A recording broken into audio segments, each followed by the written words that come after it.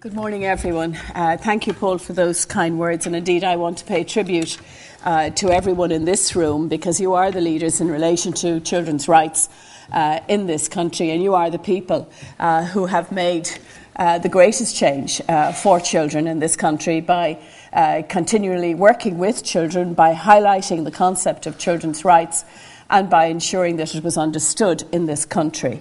So I'm very pleased to be here this morning and to hear that so many people wanted to be here, that everybody attending represents such a wide range of organisations and interests. And Paul tells me that, in fact, far more people wanted to attend this conference than could be accommodated. And I think that's an extremely good sign in relation to the topic under discussion here this morning, which is the establishment of the new Child and Family Support Agency. And it bodes very well, I think, for the task ahead. And this should be a period of optimism tinged with realism about what we need to do in relation to children. It's optimistic because we are facing into an exciting time in terms of delivery for children. It has to be tinged with realism, of course, because of the challenges, because of the historic challenges, and because of the current challenges in relation to children.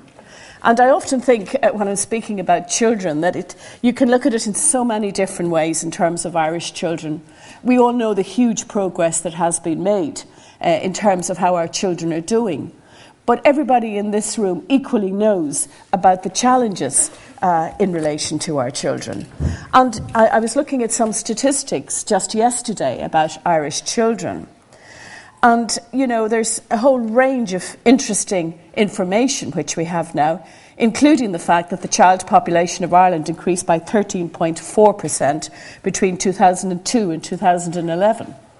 13.4%. Certainly a demographic fact that so many countries would like to have and would like to see and don't.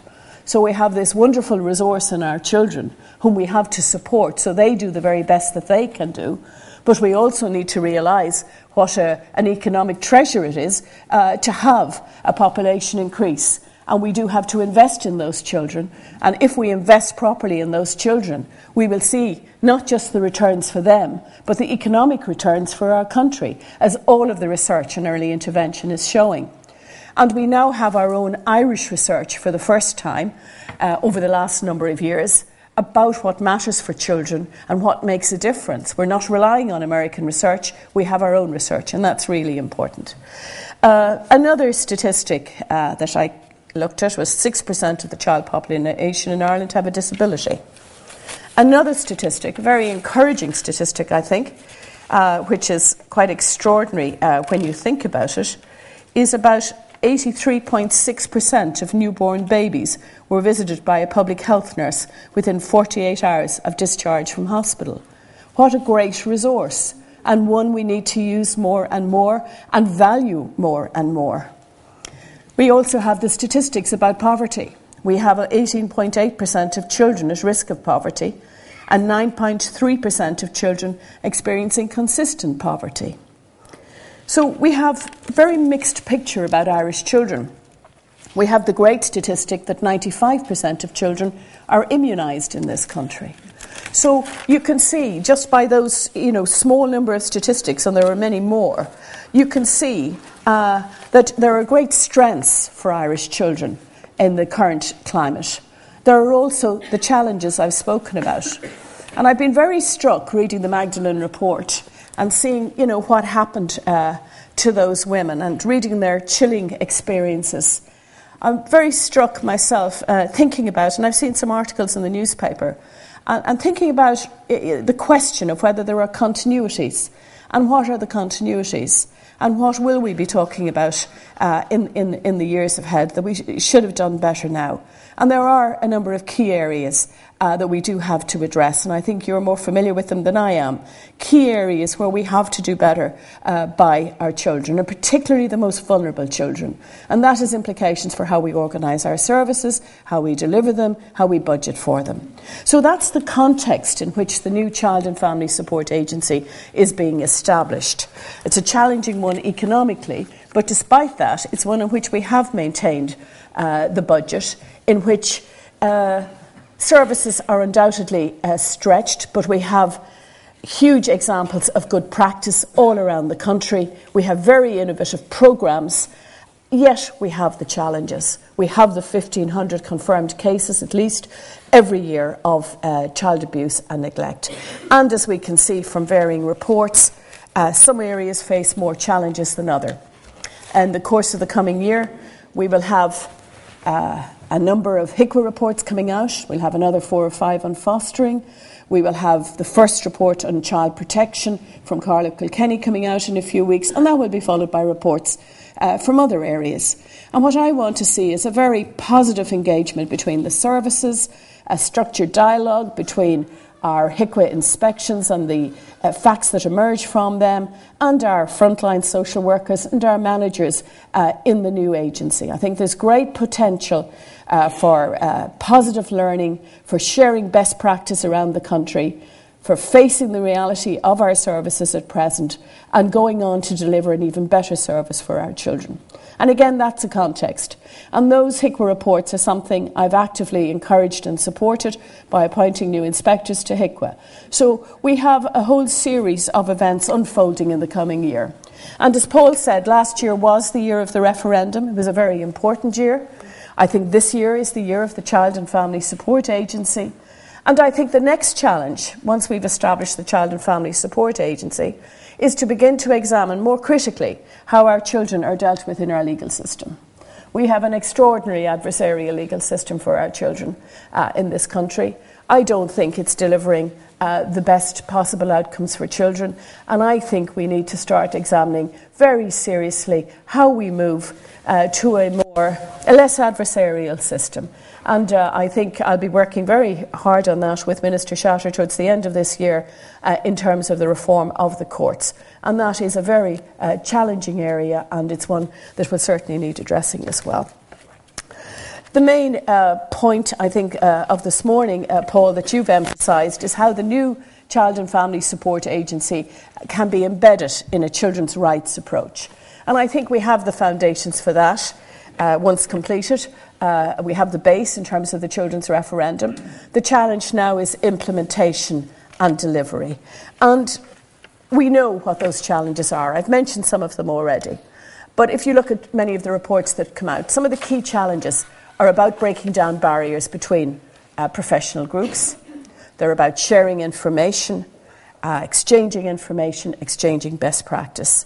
There are some worrying examples of professional groups not working well enough together yet.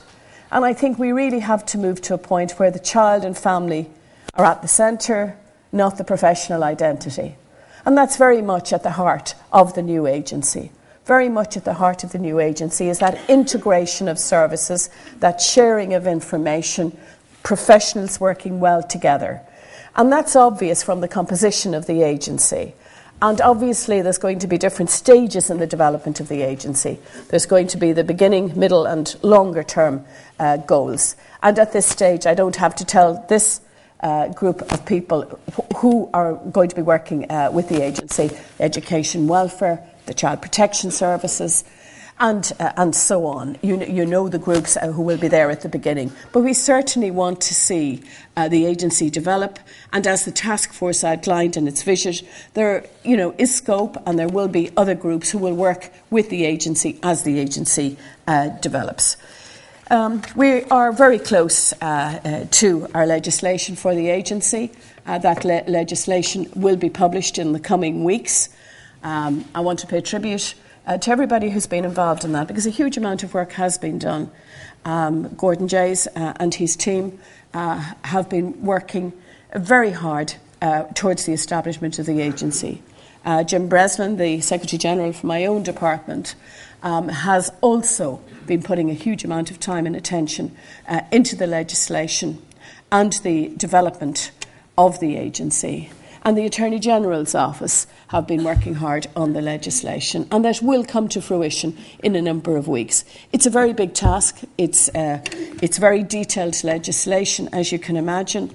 It is a very challenging task to move from being part of what was the HSE to being a separate agency with a separate role, responsibility, separate management structure, separate finances, and so on. There's many technical details to be worked out in relation to the management of the budget and delivery of the services. But all of that work is underway, and a substantial piece of legislation will be published in the coming weeks. And I'm very pleased about that. In terms of embedding a children's rights approach in the new agency, there's a range of key principles, and I'm not going to, you'll be pleased to know, I'm not going to go through all of the articles of the Convention, but there's a number of those articles which are particularly important to the ethos of the agency. And I want to quote to you something the task force said when they were looking at what the agency should look like. They said, "The task force imagined an Ireland where children feel nurtured, protected, safe, cared for and listened to. They know that they are a cherished and vital part of Irish society. Communities, professionals and organisations consistently put their welfare first." And of course it was that consideration of the best interests of the child which led to the referendum being put to the people. And I think the referendum did give the voting public a very rare opportunity to look at how we view children in society and how we reflect that view in the Constitution. And there's no doubt that the decision the people made on Saturday, the 10th of November, has the potential to benefit children in legislation, in practice and in cultural change relating to the protection and welfare of children and the support of families. And that referendum was for all children, but it was in particular for those children most at risk, because we do know that childhood does not stand still, and childhood can be a very vulnerable time, and we need to have effective and timely decision making to do the very best for our children. Early intervention and family support. Under Article 5 and 18 of the UNCRC, parents are placed centrally in our consideration of what is best for children. Under Article 5, the state respects the rights and responsibilities of parents, and under Article 18, we have a duty to support parents in their role. And there is no doubt that supporting families will be an absolutely key part of the new agency, because we know that families matter, we know that children are best protected in families, and protecting children starts with supporting parents and supporting families. And I want to be absolutely clear to everybody today, and I've said it before, that the new agency is about family support. It is about prevention. It is about early intervention. And they are really important goals for the agency, as of course is child protection. And I want to go back to some of the statistics I quoted and just reiterate again that the agency will recognise, and I recognise, that factors such as poverty and deprivation, early school leaving, mental health and substance misuse are very real and can impact significantly on children's well-being.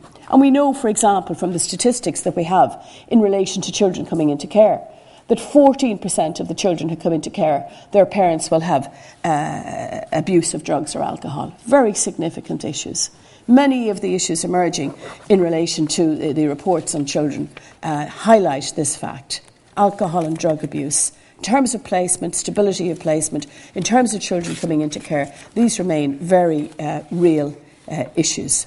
So early intervention is a concept that has to become part of our national psyche, has to become part of our national budgeting, has to become part of the way that we approach children and families in this country. The evidence is overwhelming. There's no question about that, as I've said earlier, from Ireland and around the world. And I do want to congratulate the Prevention and Early Intervention Network and the Child and Family Research Centres for the work that they're doing in relation to early intervention. And I hope that people noted that in the budget we took that research that's emerging from those programmes. We've given a commitment to increase the budget to have those early intervention programmes again, to extend them, to do another 3 immediately, and also to take the learning from the research we have and try and integrate it and mainstream it into other programmes around the country. So anyone who says that the new agency is simply, and I put that in inverted commas, about child protection is wrong. It's about early intervention, it's about family support and child protection. You cannot separate those concepts if you really want to help children. So we do need cooperation between the services, as I've already said. We do need greater cooperation between social work services, mental health services, addiction services, public health nursing, and all other relevant disciplines. And I think the agency will help that, and that's going to be the ethos of the agency. And I think that early intervention ethos will also be helped by the early years group report, which will be coming out later this year, which will pull together the very best evidence that we have about effective programmes. So can I encourage people as well to have a look at the www.preventioninpractice.ie website, which is the network's new website about early intervention. I think that's a very useful practice tool for us to have. I want to look at another article, Article 9 and Article 20, separation from parents, the protection of children without families. Of course, that's really concerns children most at risk and who are separated from parents. And we have seen much progress. But, you know, there is work to be done. There's a huge reform programme underway by Gordon Jays. There's over 100 individual reform projects in place at the moment in preparation for the new agency. And Gordon will speak in detail to those. They're about workforce capacity, about standardising practices. I've talked about the difficulty of getting national statistics. When I wanted to find out how many children in fostering had done their leaving cert, that was difficult to get. But we're getting better at gathering that kind of data. We need data to inform our practice, our budgets, our policies. Gordon is doing that. We need better data management. That is being addressed.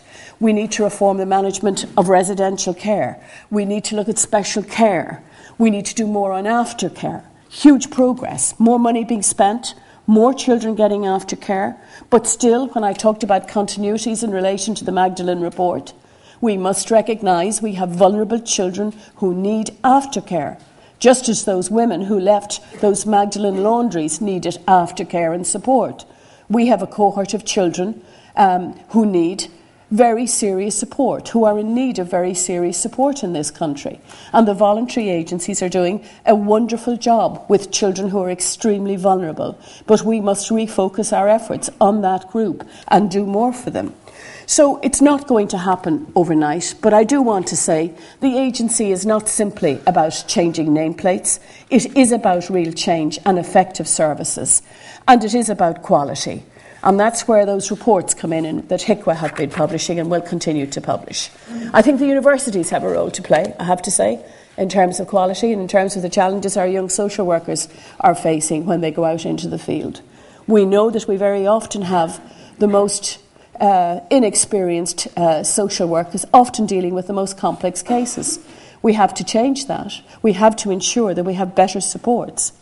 I want to take this opportunity as well to thank the staff who are coping with a lot of change. I want to thank their union representatives for the positive attitude they have taken towards the establishment of change, because change is not easy, and we know that periods of change can be very challenging for staff. So I don't underestimate the task, but I do want to say to you that this is the right thing to do, to have a dedicated agency with a sole focus at this particular period of time in relation to the development of our child and family services. It is a time of opportunity, and I hope that every one of you who are working in the services will grasp this opportunity with both hands. I certainly will do my very best as Minister for Children and Youth Affairs to ensure that government understands the enormity of this task, to ensure that we have the kind of resources that we need, to ensure that we have the kind of legislation that we need. This is a time of implementation. Implementation is tough. It's not fast. It's It's slow, there's a lot of negotiation, there's a lot of detail to be worked out. I think we're very lucky and privileged to have people of the calibre of Gordon Jays and his team leading this change for us in the establishment of the new agency. And can I conclude by saying that, of course, the voice of the child, which was central to the referendum, has to be critical in the establishment of the agency and in everything we do. But can I conclude by thanking all of you for your professionalism, your commitment, and I look forward to seeing the development of the agency in the months ahead, and to your contribution and to developing the supports which we can offer you in delivering the services which are so needed in this country at present. Thank you very much indeed.